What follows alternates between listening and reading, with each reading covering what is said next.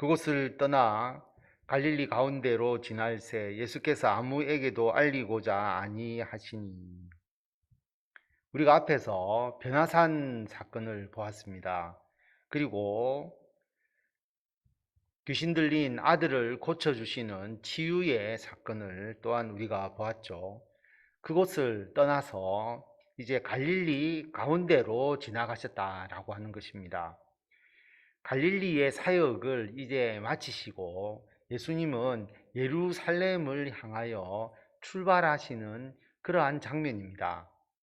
그래서 예수님께서 아무에게도 자신이 갈릴리 사이로 지나간다는 것을, 그리고 이제 갈릴리를 떠나서 예루살렘으로 가신다는 것을 알리지 아니하셨습니다.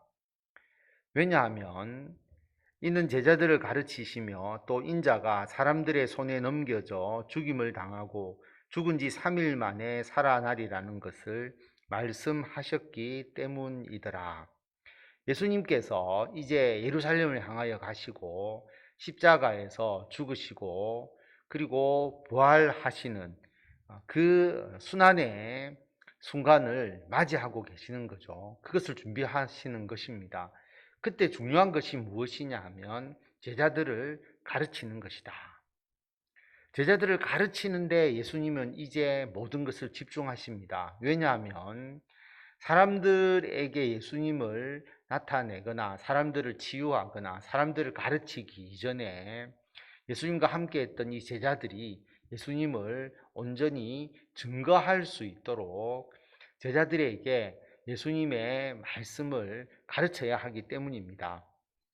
그리고 인자가 예수님께서 사람의 손에 넘겨져서 죽임을 당하고 죽은 지 3일 만에 살아나리라고 말씀을 하셨기 때문에 그 의미와 그 사역에 대해서 제자들을 이해시키는 것이 필요했다라고 하는 것입니다.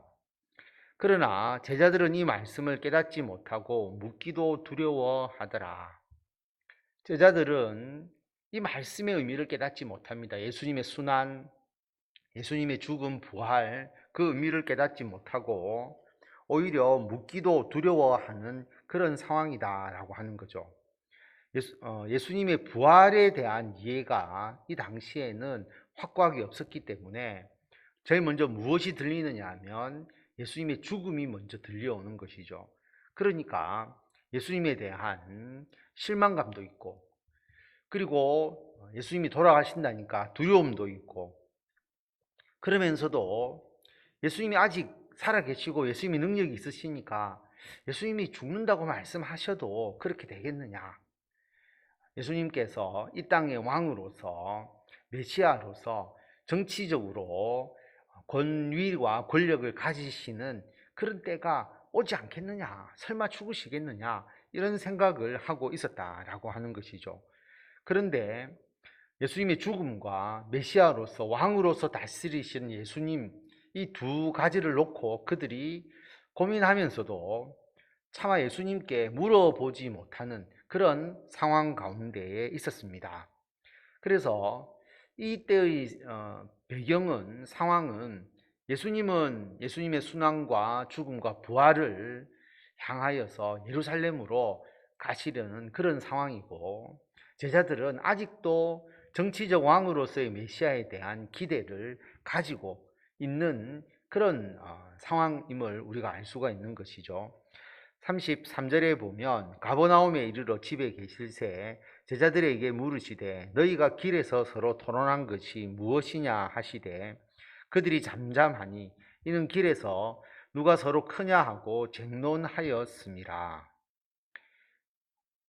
출발하시는 가운데서 가버나움에 집에 계실 때에 제자들에게 묻습니다. 너희가 길에서 뭘 가지고 토론했느냐? 그렇게 질문하시니까 제자들이 아무 말도 못하는 거예요. 왜냐하면 길에서 누가 서로 크느냐라고 쟁론하였기 때문입니다. 키가 누가 크냐 가지고 쟁론한 게 아니잖아요. 누가 더 높으냐. 예수님께서 정치적 왕이 되시면 누가 예수님이 오른편에 왼편에 앉을 수 있겠느냐, 누가 서열이 더 높으냐, 이거 가지고 서로가 쟁론하면서 싸웠다라고 하는 것입니다. 그래서 예수님께서 제자들에게 말씀을 하십니다. 예수께서 앉으사 12제자를 불러서 이르시되 누구든지 첫째가 되고자 하면 뭇사람의 끝이 되며 뭇사람을 섬기는 자가 되어야 하리라 하시고, 누가 예수님의 제자로서 내가 첫째다라고 이야기를 하려고 한다면 뭇사람의 끝이 되어야 된다라고 말씀을 하십니다. 첫째가 되는 자는 마지막이 되어야 하고, 그리고 뭇사람을 섬기는 자가 되어야 한다라고 하는 것입니다. 그래서 첫째가 되려고 하지 마라라고 하는 것이죠.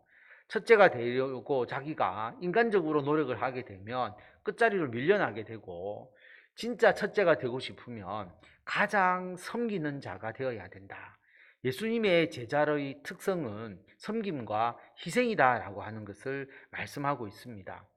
이 땅에서 섬기고 희생할 때에 하나님의 나라에서 영광을 누릴 수 있음을 말씀하고 있고요.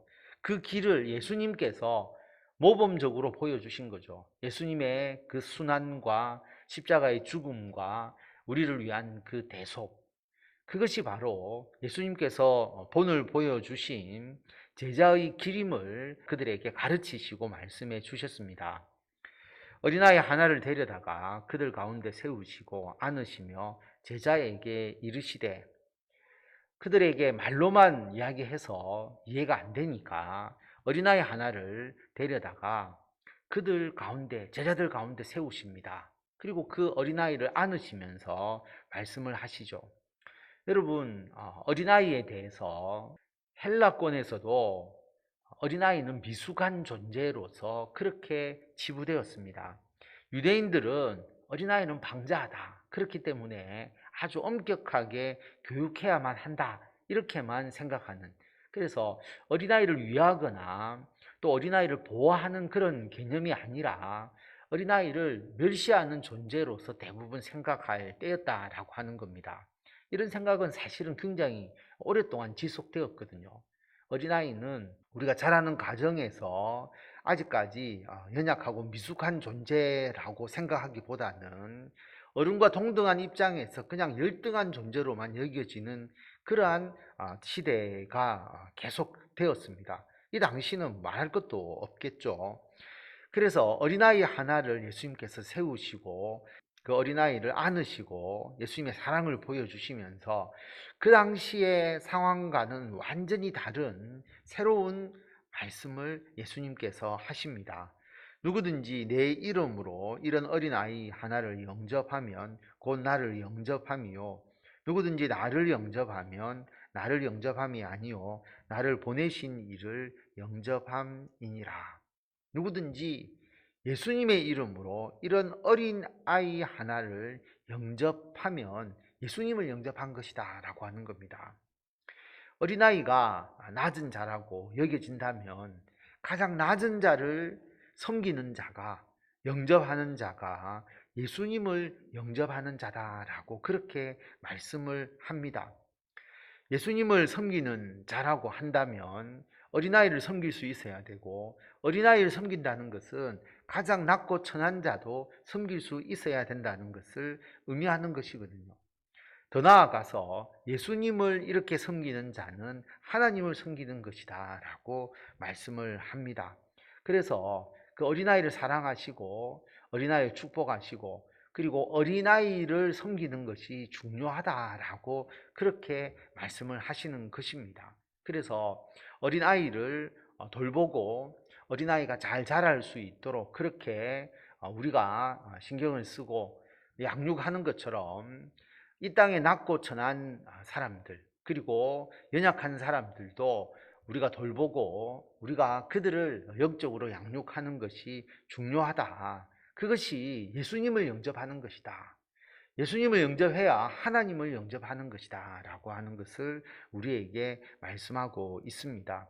그래서 교회도 하나님을, 영광을 나타내기 위해서 우리가 해야 되는 일들, 하나님을 예배하고 기도하고 말씀 보는 것은 당연한 것이고요. 그것은 우리들의 신앙을 위해서 하는 것이고 또 하나님의 영광을 위해서 당연히 그렇게 해야 되는 것뿐만 아니라 우리들의 삶에 있어서 섬김과 그리고 봉사와 그리고 우리를 희생하면서 우리들보다 연약한 사람들을 신앙적으로 그리고 생활적인 면에서 우리가 그들을 위하여 기도하고 그들을 돌보고 양육하는 그 일을 결코 소홀히 할 수 없다. 왜냐하면 그것이 바로 예수님을 섬기는 것임을 우리들에게 가르쳐 주고 있습니다. 오늘 말씀을 통해서 예수님은 우리가 서로 커지려고 그리고 서로 높아지려고 서로 더 강한 권력을 가지려고 다투기보다 우리들이 더욱더 섬기는 자세로서 모든 일을 행하도록 우리에게 말씀하고 있습니다. 이 말씀대로 우리가 하나님의 영광을 위해서 이 땅에서 섬김과 봉사의 삶을 살아갈 뿐만 아니라 우리 어린아이들을 예수님을 영접한다는 그러한 마음으로 우리가 어린아이들을 잘 양육해서 믿음의 훌륭한 일꾼으로 세워서 하나님의 나라의 지속적인 확장이 이루어질 수 있도록 늘 기도하고 힘쓰시는 우리 성도 여러분들이 다 되시기를 바랍니다.